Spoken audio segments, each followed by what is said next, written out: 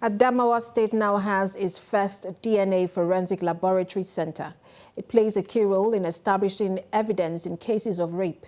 Even though gender-based violence is widespread, the protracted humanitarian crisis in Adamawa and the Northeast has further worsened the situation. Years of humanitarian crisis has created persistent instability, weakened and overburdened the institutions, including those meant to uphold the law. And Moyo Thomas reports. The burden to prove beyond every reasonable doubt remains a major setback in getting justice in rape and other sexual violence cases. This has further widened the gap in access to justice for survivors of rape and gender violence. This, it is said, encourages the culture of silence, as many survivors don't report their experiences. To address this gap, the SPOTLICHT initiative has launched a first DNA forensic center in Nigeria, which will support the prosecution of GBV cases. The DNA forensic laboratory is located in Modibo, Adamawa University of Technology, ULLA.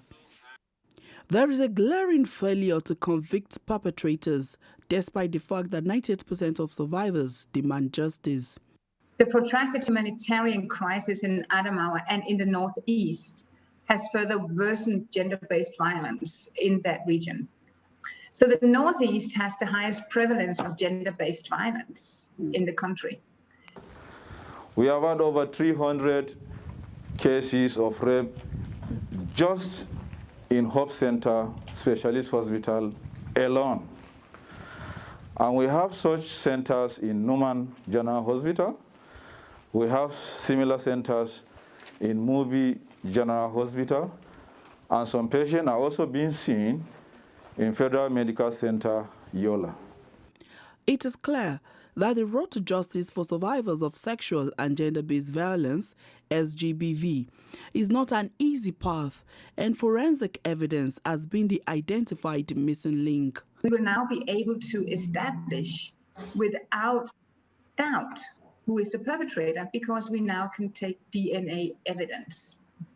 So the center that we commissioned is the first DNA forensic lab in Nigeria that will support the prosecution of gender-based violence. The state governor, who was represented by his chief of staff, promises to ensure justice is served. The rapists and the violators, their end has come. And I use this medium on behalf of His Excellency to warn them that henceforth, if anything of this nature occurs, such violators will not go scot-free. The laboratory, though located in Adamawa State, will serve other states in the country, as there are also plans to open in more states of the country. And of course, now having a forensic lab means that we hopefully will start seeing the first convictions coming out as we start implementing it.